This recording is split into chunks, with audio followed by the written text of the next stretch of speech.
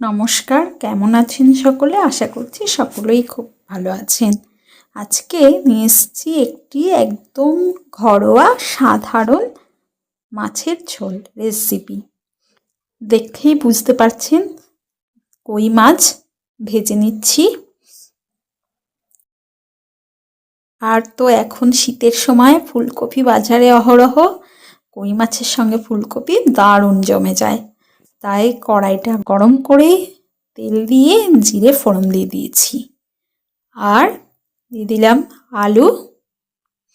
আলুগুলোকে একটু লবণ আর হলুদ দিয়ে ভেজে নেব।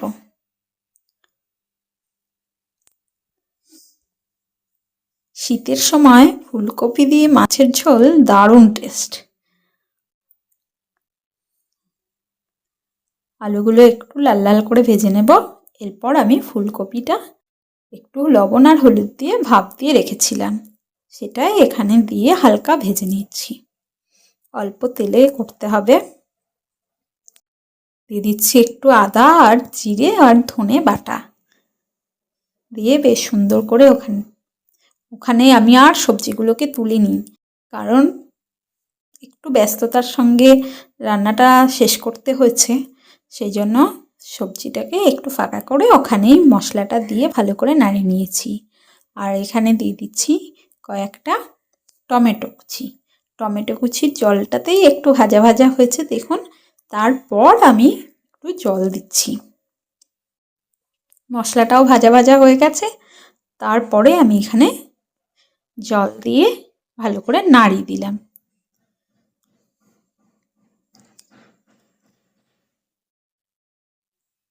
এবার জল দেওয়ার পরে